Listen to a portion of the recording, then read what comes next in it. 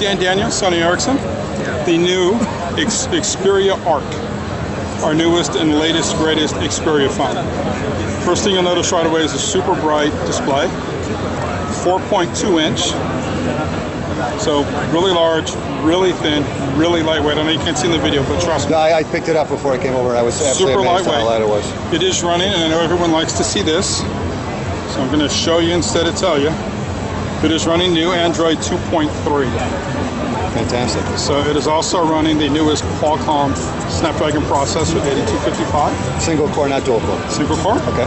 Most efficient Snapdragon currently on the market. Okay. So we'll go around the phone, then I'll show you so many things with the phone. So front of the phone, like I say, 4.2, light sensor up here, no front-facing camera. Dedicated camera key. Your volume up and down, and your focus, your zoom on your camera, excuse me. Charging port, power, mini HDMI, 3.5 headphone jack. As we go to the back, you obviously, I don't know if you can see the different color. It kind of is like gradient blue, where it's coming through. It looks really cool because it is blue, it's not black. A lot of people look at it and go, it's black, till you get in light and you go, oh, it's blue. So neat things here, dedicated speaker for media, for your music. Second microphone. So we've got a second mic to make sure when you're doing video you get good sound. Right. LED flash, 8.1 megapixel camera with an X4R processor. That is the same processor we use on our alpha cameras, our point and shoot cameras, all our other Sony parent product cameras. Gives you super great shooting in low light. I was shooting some last night at the sports book, and it was amazing how well it works in low light.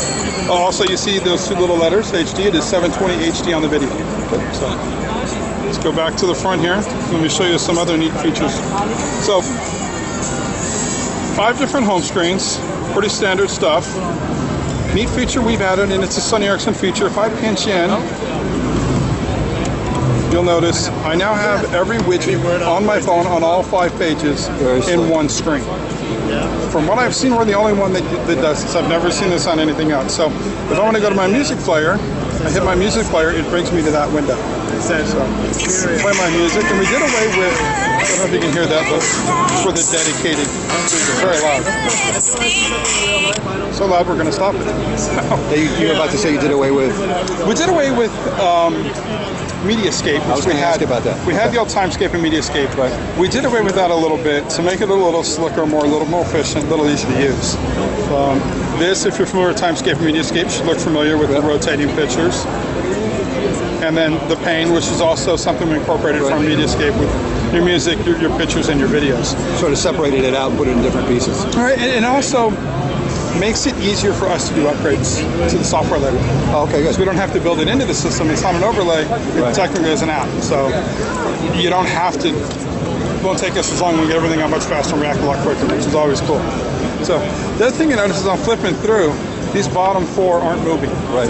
So this is always my home screen to get me to all my apps that I've downloaded. And then you've got your regular home screen here where I've put all my shortcuts on that I use all the time. But this never changes no matter where I'm at. Okay. And these are for the most 4 commonly used shortcuts that I use. So no matter where I'm at, I so can they're always... not interchangeable once they're... They're absolutely customizable. Oh, they are customizable? I can take that out, put anything I want to do. Great, okay, good. So, but it's just so where no matter where I'm at, if I want to go to message, I can click and go right to message. Right. Now, another neat thing about the messaging and the keyboard is, you see the standard keyboard here, and when you go landscape, it's going to flip. I'm going to go in here and I'm going to type a message. And one of the neat things for 2.3 is the cursor. So I don't pay attention when I type. I just kind of type, then I go back and have to fix it. And to get to a letter, usually hunting and pecking and trying to hit it 6 or 8 times to get it in the right place. With the cursor now, I can just take that and slide it to exactly where I want to go and do what I want to do.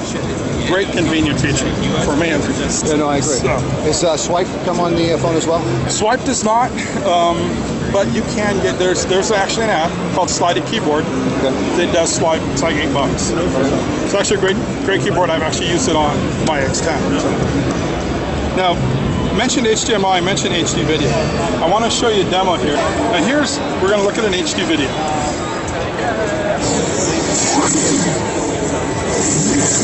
That is just emulating here what's there.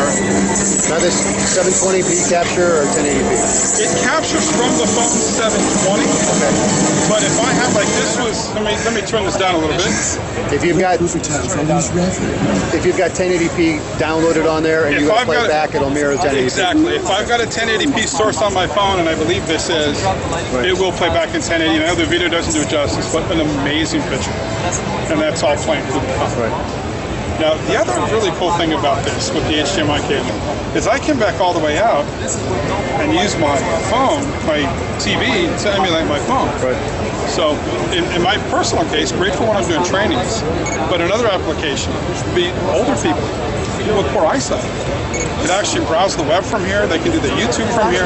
Anything I can do here, I can do up here. You know, I can even my music. And now that's going to play through my TV. The other feature I want to talk about is, and we went back to the screen on the phone. Can I ask you real quick? Absolutely. Does the phone come with the HDMI mini cable, or you have to take that's that up going to depend on carrier, the market and the carrier and how they want it kitted. Absolutely, it's going to be an option for them, but that's their choice. Okay. Go ahead, sorry to interrupt. No, the other technology we use here that ties in with the TV is the mobile Bravia engine.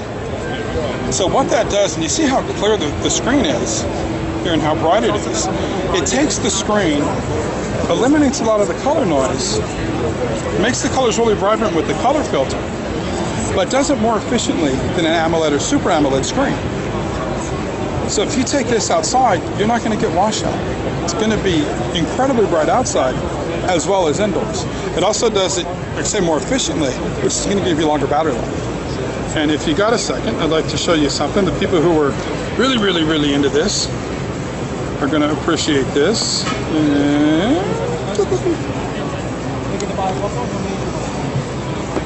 If I go to battery use, every time you go to battery use, the most thing being used on a screen is always display. Display is the bottom of my list. And I have this set at full brightness.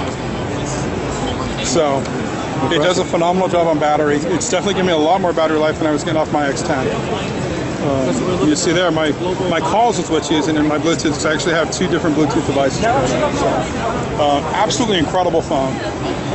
And I will do anything you want. Shipping out Q1 globally. And then you'll see it roll out there. Price-wise, we don't have. Carriers, we don't have. Okay.